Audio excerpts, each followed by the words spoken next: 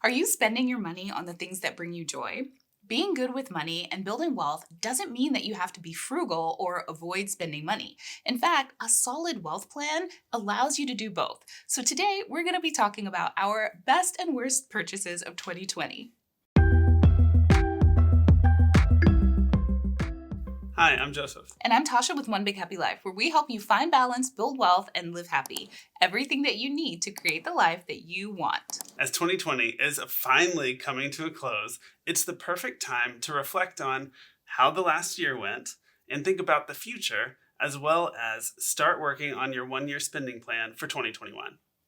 As you're putting together your spending plan for next year, you want to make sure that you're taking a balanced approach where you can both build wealth while also still enjoying your life.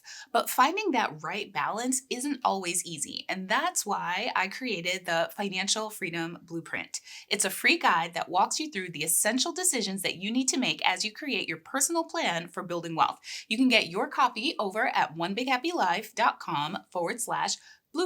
So go grab it because it will get you on your personal path to wealth.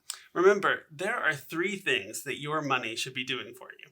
Number 1, it should be building wealth. Number 2, it should be increasing your financial stability. And number 3, it should be helping you enjoy your life. Later on this week, we will be sharing our final net worth update for 2020, which we're really excited about. So be sure to click subscribe and tune in for that. But today, we thought we would focus on that third part, which is the spending of your money to enjoy your life. And that takes being intentional with your money, really understanding what matters to you and really reflecting on, as you spend your money, what you enjoyed and what was kind of meh after the fact. So that's what we're going to be doing today. All right, let's hop into the best and worst. Now, we both have our own best and worst purchases for the year. And so I'll go first. So my number 1 best purchase was a massage chair, which sounds a little bit crazy, and it is. It was $5,300, but it is amazing because, twice a day I can get up, get in it, and just sit and relax to wake up, and then also I can wind down at the end of the day with it. It is awesome. I Now, love it. he does use it a lot, and Joseph has wanted a massage chair for a long time. I personally am not a massage chair person, and so if it was me, if it wasn't for the fact that Joseph loves it so much, it would be on my worst purchases list because I just don't use it that much. It's not my thing, but that's okay because it's his thing. Yeah, and she told me that it's pretty good all around, I would say. It's a good chair. But there's more to the whole story, you'll see.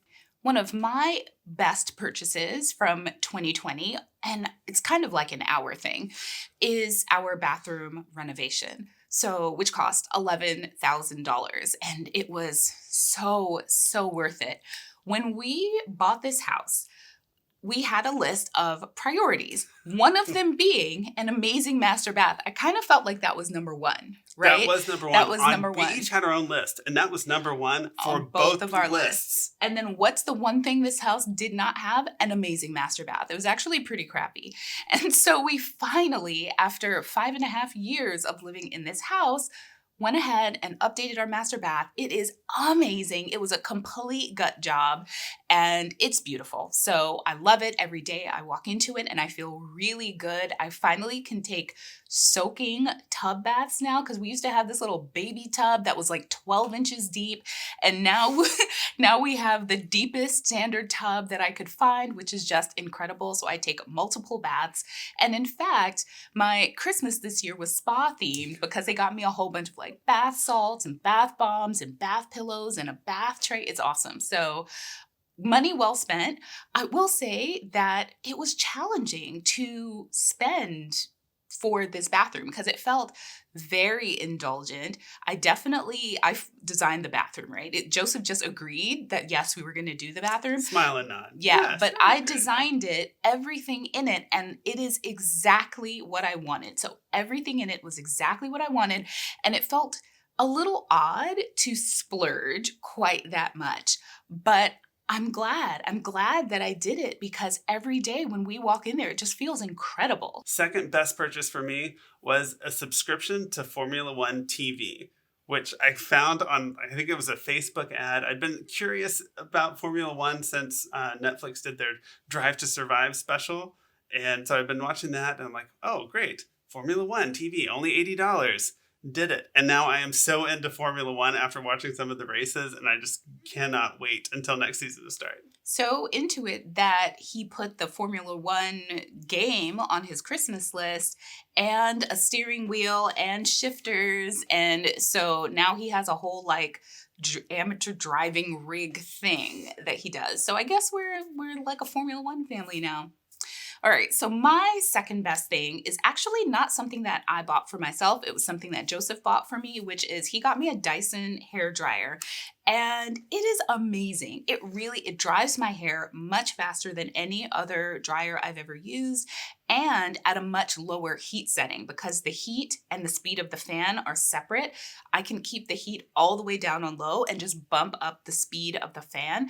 And so then it really does help dry my hair faster. I used it on Reeves. It helps his hair dry faster, which Reeves is not about spending time doing his hair. So that is a big deal. And so I don't think that it's something, if it was up to me, I wouldn't have spent that much on a dryer. Oh, there's no way you would have. In fact, we talked about it and she was like, no. Why would you do that? Just give me this Babyless Pro or something. Yeah. Something. And it was a lot less. But I was like, but the reviews though. And so Joseph got it and, it was worth it. And so I love it. Okay, now let's get into the worst. Oh, wait, no, there's one more best, which is I kind of feel like we've got two more bests, actually. So our family vacation to Disney, which feels like forever ago, but it happened in 2020, right? It was in February of 2020. And we almost didn't go because it wasn't planned. I ended up having a business trip out to California. And so I said to Joseph, I'm like, hey, let's take the kids to Disney because we've never taken the kids to Disney. And Joseph's like, we weren't planning on going to Disney. And I'm like, but we should go. And Alexis is like, oh my gosh, yeah, we should go. And Reeves is like, yeah, Daddy, let's go. So we all overruled him and we all went. And thank goodness, because it's the only place we've been in all of 2020. Yeah, I mean, it did work out really well. And it was right before things got crazy. Right before. Yeah, like we got back and people started doing toilet paper runs. And I'm like, Joseph, I think we should go get some toilet paper. Yeah, exactly. Like, I didn't go back to work in the office afterwards. Ever, like, at all. It was that close. Yeah. So. And, I think there's a lesson to be learned there. And we know that for us, travel is something that is really important to us. In fact, in these past 9 months being at home as a family, the only thing that Reeves has really complained about is that we're not traveling. We're not going anywhere. Oh my gosh. She's like, it's time to go on a vacation. Yeah, he's not like, when am I going to see other little kids again? He's like, nope, vacation, Miami, let's go. Okay, and so it's all about knowing what matters to you. And we're already starting to plan to be able to take trips next year, fingers crossed, hopefully after the vaccine comes out, it'll be safer to travel. So, it's just one of those things where it was a stretch for us to go at the beginning of the year. But I'm really glad that we stretched and went.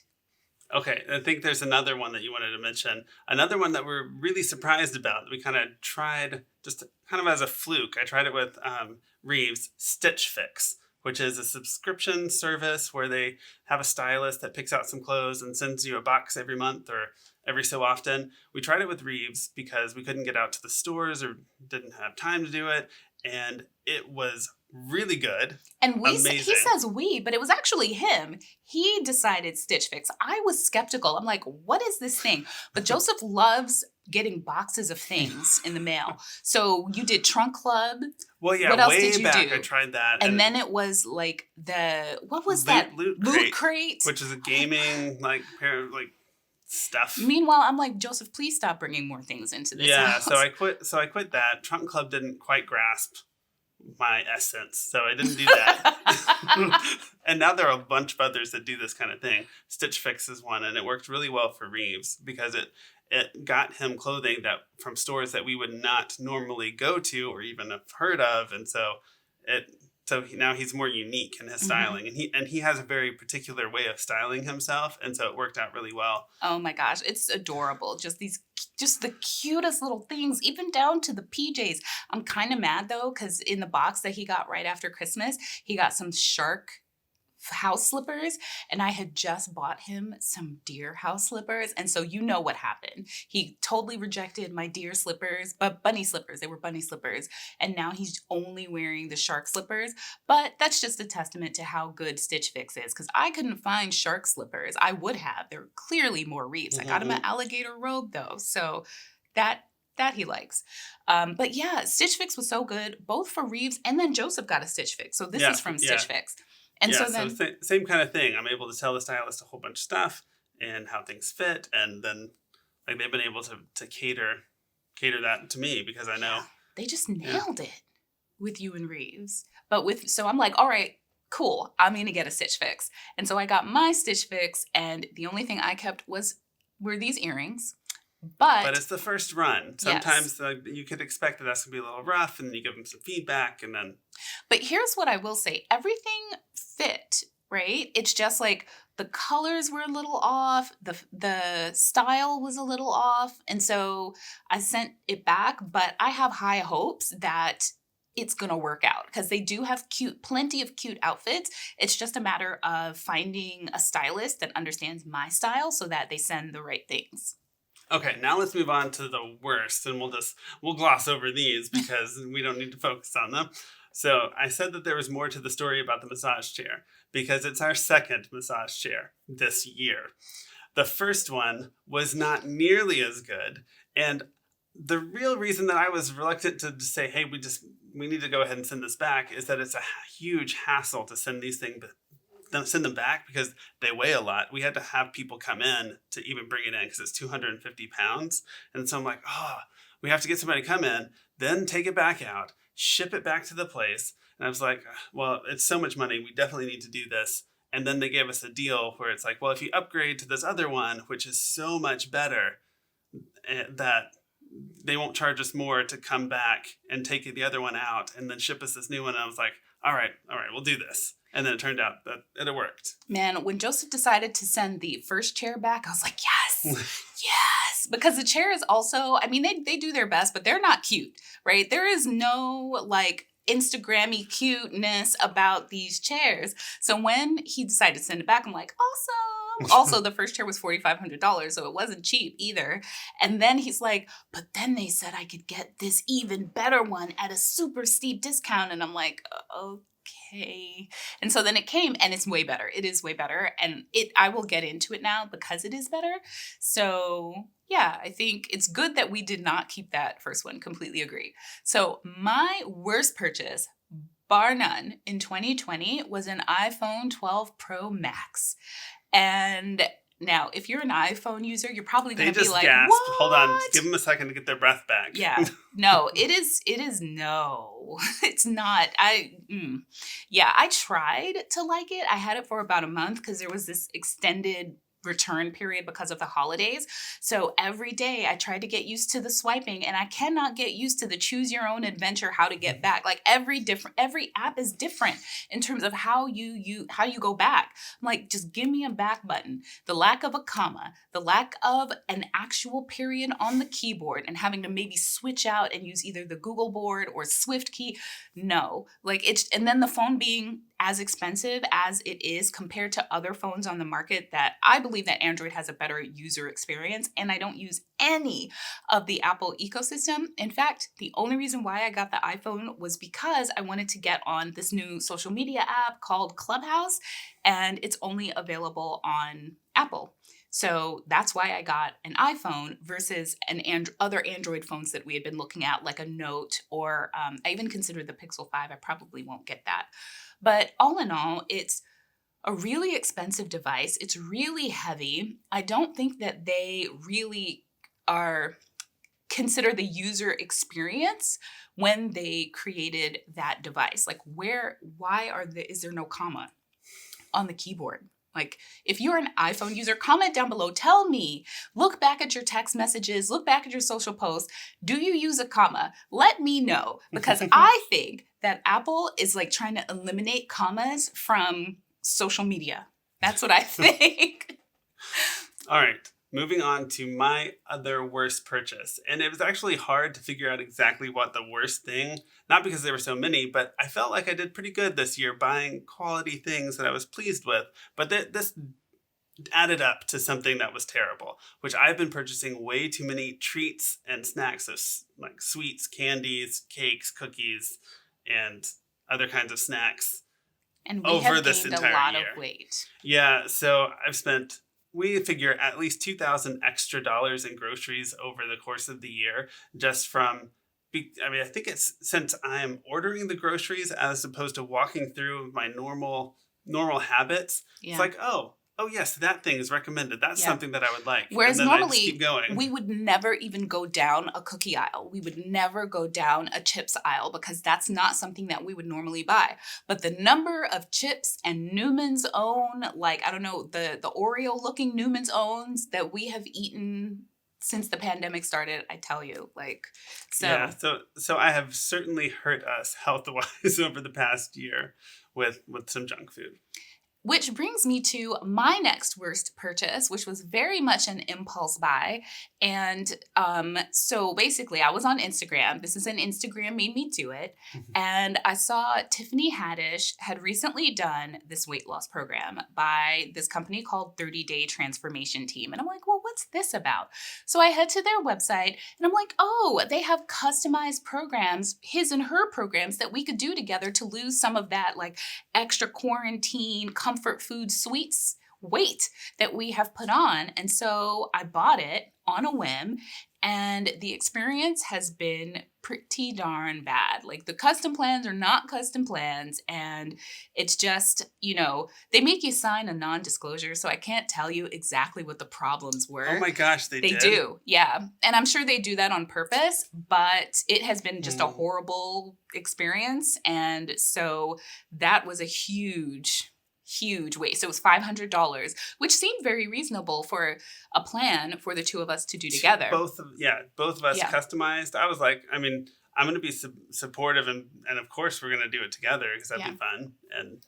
But yeah. So those are just some of our purchases that we made over the course of this year. And we like doing them because it's fun, right? And just talking about things that we really loved and things that were kind of meh about, but also really to inspire you to really be intentional about how you spend your money, and also not being afraid to spend money in ways that help to enhance your life and bring you joy.